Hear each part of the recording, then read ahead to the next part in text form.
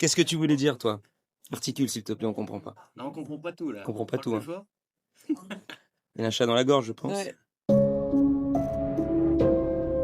En tant qu'actrice, quel a été ton ressenti? Il est joué avec autant de faux sang et de prothèses aussi. Et ben, tu sais quoi, moi, j'en ai pas eu tant. Je me considère chanceuse parce que c'était pas forcément simple.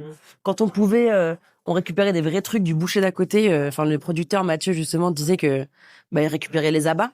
On le voit dans l'épisode 3 où Sergio se fait écraser, donc il y a des abats partout qu'on ramasse. Et là, par contre, c'est très compliqué parce qu'il y avait l'odeur très forte des abats, du fer, du coup, du sang. Et à un moment, vraiment, j'avais la nausée, j'arrivais plus à... En plus, il faut faire ça avec tellement de nonchalance. Genre, tu sais, c'est le quotidien. Tu prends un bout de foie, tu prends des tripes, tu fais oh. Et en fait, dans la vraie vie, à la fin, j'étais là, ça me montait au nez. C'était très difficile. Alors, par contre, tu joues avec des trucs comme ça.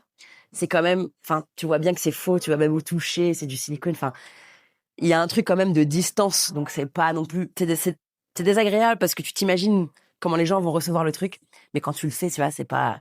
On est quelque part préparé inconsciemment à voir un truc qui, dans la vie, serait abominable et me traumatiserait à vie. Sauf que là, je sais que c'est du faux, donc j'ai un rapport un peu distancé. Mais quand même, il y avait des moments, par exemple, avec la prothèse qu'on a sous les yeux, quand ils ont installé le faux corps, la fausse tête, etc., dans la position pour la filmer, c'est vrai que on était tous sur le set à regarder ça et se dire: «Putain, c'est quand même, un peu déroutant, d'avoir un cadavre, en fait, face à nous, en plastique, avec des articulations en plastoc et cetera». Mais il y a quelque chose qui a été un peu choqué, sûrement. C'est comme si d'un coup on rentrait dans un terrain de jeu immense parce que déjà c'est fou de voir ce travail-là qui est fait, de pouvoir parler avec des gens qui font ce boulot-là.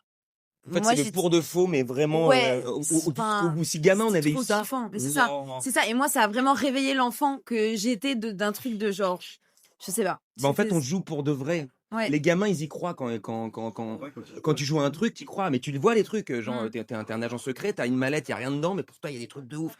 Enfin, vraiment, et là, c'est tout ce chaînon manquant quand t'es gamin. Là, l'adulte taré de la boîte qui fait tu vois, des accessoires comme ça, remplit Ouais, c'est ça. ce vide que t'imagines. Là, notre imaginaire, il est rempli par de la vérité. Ouais, Donc c'est pour ça. nous, c'est royal.